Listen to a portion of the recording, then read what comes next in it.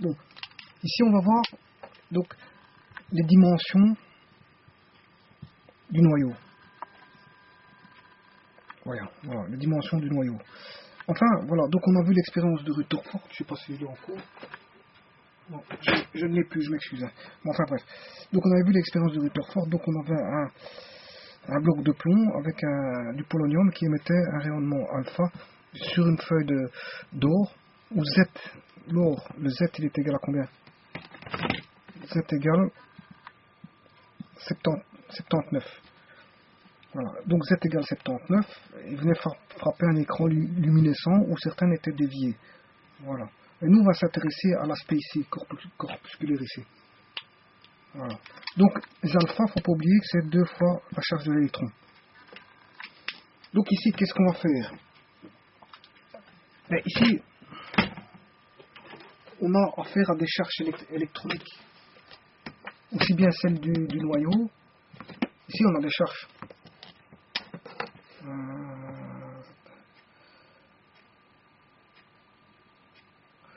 Le noyau, ici, on a des charges dans la fine feuille d'eau, on a des charges dues au noyau. Hein. Voilà.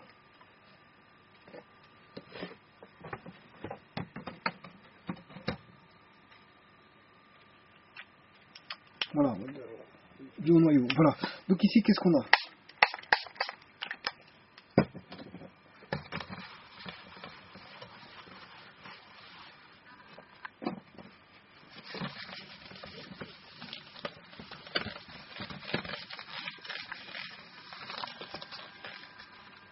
Bon, donc on a quand on a un champ, quand on a une charge Q, une charge Q, par exemple plus Q, ben, une charge en fait, elle a des caractéristiques isotropiques, c'est-à-dire dans toutes les directions, je veux dire dans toutes ces directions, aussi bien avant qu'arrière que dans toutes les directions. Quand je dis bien toutes, c'est toutes sur toute sa surface qui constitue une sphère qui est 4 pi r carré, une sphère avec on va dire c'est la surface latérale de la sphère 4 pi r carré, voilà, r étant le rayon de je veux dire de la charge Q, et donc comme elle est de manière je veux dire sphérique, on retrouve du 4 pi parce que le pi intervient là où on a tout des, comment est-ce qu'on appelle ça, des géométries, je veux dire circulaires ou sphériques, ou enfin peu importe, relatives au, je veux dire à la sphère. Et tout ce qui est cyclique aussi, ce qui est cyclique, bon, ce qui est cyclique, par exemple une sinusoïde provient d'une rotation, je veux dire cyclique peut provenir d'une rotation cyclique, je veux dire d'un vecteur tournant. Donc en fait, les sinusoïdes font apparaître aussi des valeurs de pi. Voilà. Ici, donc ici on a pi. Donc ici, toutes les caractéristiques de la charge ici sont isotropiques. Enfin, toutes les caractéristiques, elle a des valeurs de caractéristiques dans toutes les directions de la charge. Et donc on voit bien que dans toutes les directions radiales de la charge, donc on voit bien que on a affaire à un champ coulombien. F est égal à Q sur R carré fois une constante K. Et cette constante, justement, c'est ce que je suis en train d'expliquer sur 1 sur 4 pi epsilon 0 Q' sur R carré. Voilà.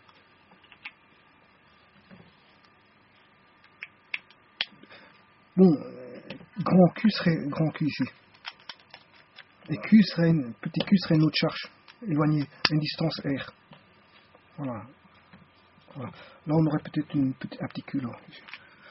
Donc, il y a une interaction de force électrostatique entre les deux charges, hein, séparées d'une distance R. Et voilà, la loi ressemble, ça c'est une loi de force coulombienne. Hein, de force coulombienne.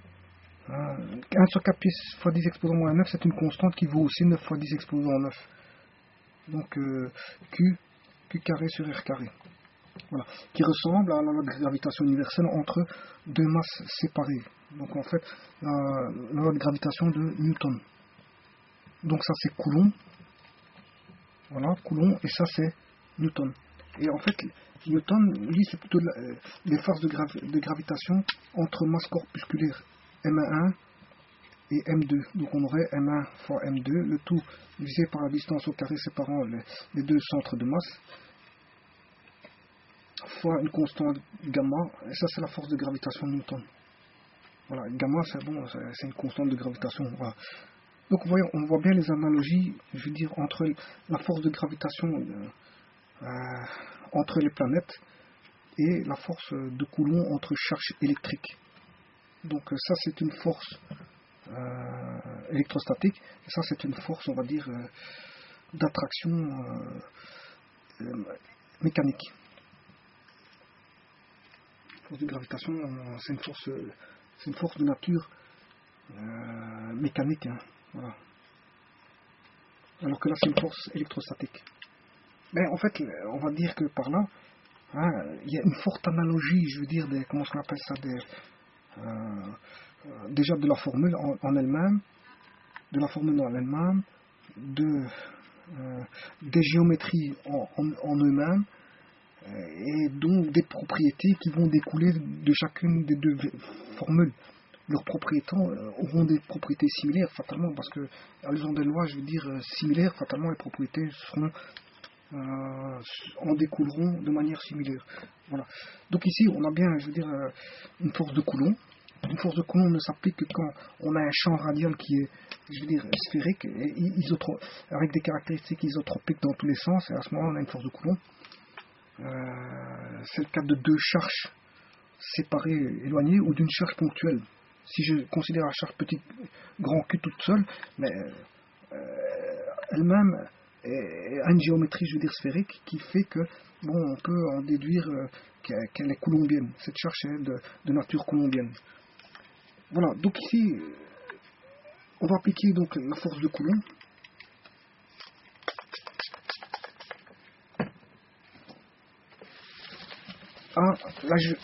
à l'expérience de Rutherford. Et j'avais dit auparavant que l'expérience de Rutherford faisait référence à un calcul de force électrostatique. Là, ça c'est l'expérience de Rutherford. Et on va calculer la dimension du noyau par dimension du noyau par l'application des forces de Coulomb au travers du calcul de ce monsieur Rutherford qui a découvert la valeur approximative du rayon du noyau. Bon, comment fait-on pour ça? Eh bien, tout d'abord, il faut la force coulombienne, c'est quoi? 1 sur 4 pi epsilon 0. Alors, Q, c'est la charge de la particule alpha. Alpha fois la particule du proton. Des protons. Z proton. Sur la distance séparant donc la particule alpha je veux dire le noyau. Bon. Alors ici on suppose on va faire une supposition que ça c'est le noyau, que ici on a, si ça c'est un B vaut 0. B vaut 0, ça veut dire que je vais calculer par rapport au centre. Voilà, ça c'est déjà de 1. Et de 2, que si j'ai un angle de réflexion, le θ ne part pas par là, mais le θ vaudra 180 degrés, c'est-à-dire qu'il va se réfléchir, je veux dire, en sens inverse. Voilà, ça ce sont les hypothèses de départ.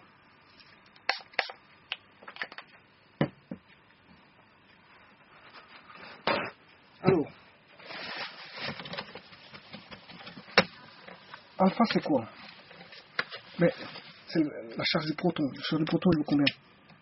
2E. La charge du noyau de comment est-ce qu'on appelle ça? De fer, d'or. Hein. D'or, c'est Z fois. C'est le nombre de particules fois le nombre de la charge du proton. Donc j'aurai Z fois la charge élémentaire du proton, qui est la charge totale du proton. Charge totale du proton, charge de la particule alpha, ici, 2E. 1 sur 4pi epsilon 0, ça fait 9 fois 10 exposant 9, on l'a dit tout à l'heure. Le tout sur R0 carré, et ça c'est la force coulombienne. Voilà, c'est la valeur de l'intensité de la force coulombienne, reliant donc la particule alpha au noyau. Bon, ça fait quoi? Si je multiplie par R0, ici et là, voilà, là j'ai quoi? Une force fois une distance, j'ai un travail. Et R0 sur R0 carré, ça fait R0 en dessous.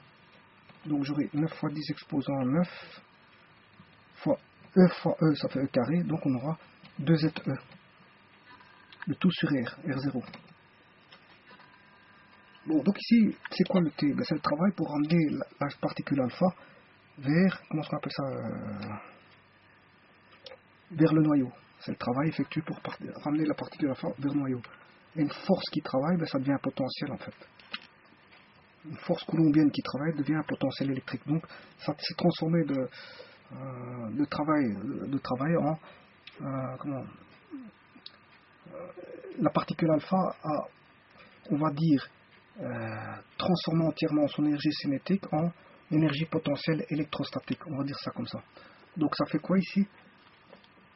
Z vaut combien? Z vaut 79. Donc j'aurai 9 fois 10 exposant 9 fois 2 fois 79 fois la charge de l'électron 1,6. Ouais, E fois E, ça fait E carré. 10 exposant moins 19 au carré, le tout sur R0. Voilà. Mais le T est connu. Hein. Le T, ça fait le maximum d'énergie cinétique trouvée pour se transformer en énergie potentielle électrique pour une particule alpha d'origine, je veux dire, d'origine, c'est 7,7 mégaélectronvolts. Mégaélectronvolts. Voilà. Et le mégaélectronvolt, bon, méga c'est 10 exposant 9. Méga c'est 10, l'électronvolt c'est fois 1,6 fois 10 exposant moins 19 coulombs. Voilà, et ça doit être égal à 0, R0. Donc pour trouver R0, je fais comment? Pour trouver R0, c'est facile. R0, c'est pas la distance du noyau, c'est la distance d'approche du noyau. Donc j'aurai quoi? R0 égale 9 fois 10 exposant 9 fois 2 fois 79 fois 1,6 fois 10 exposant moins 19. Il est au carré, mais je vais le faire tomber avec celui-là. Je le simplifie. Divisé par donc 9 fois 10 exposant 9 fois 2 fois 79 fois 1,6. Ouais. Divisé par 7 fois 10 exposant 9. Voilà. Alors, 9 et moins 19.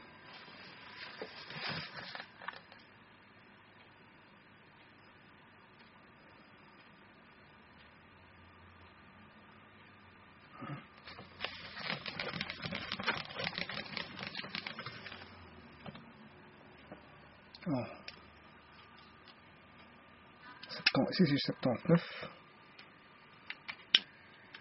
Voilà. Ici on simplifie 19 et 19. Il va rester R0. 9 fois 2 fois 79 fois 1,6 fois 10 exposant moins 19, le tout sur 7. La machine.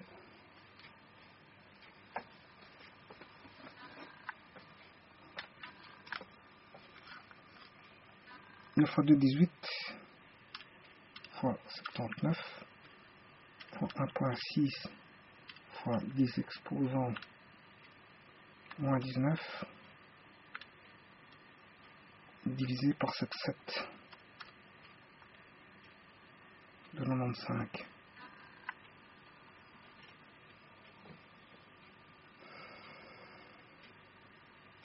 9 fois 10 exposant 9. 2 fois 79. 1,6 fois 10 exposant moins 19. Électron-volt, les gars. 77 méga électron-volt divisé par 77. 18 fois 79 fois 6 fois 10 exposant 19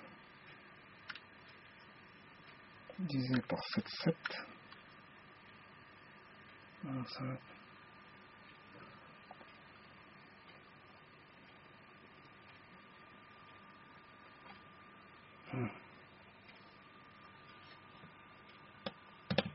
Je vais remettre ça au carré. Alors, ouais, 77 fois 10 exposant 9. 1,6 fois 10 exposant 19. Ils vont tomber. Bon. Je vais remettre ça au carré. Et si je fais 77 fois 10 mégas. Ah, des mégas c'est millions. L'erreur elle est là.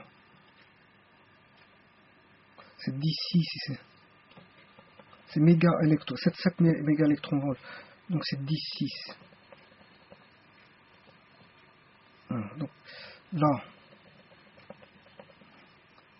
si je simplifie ces deux-ci, c'est 10,3. On va faire ça. 9 fois 2 fois 10 exposant 3 fois 79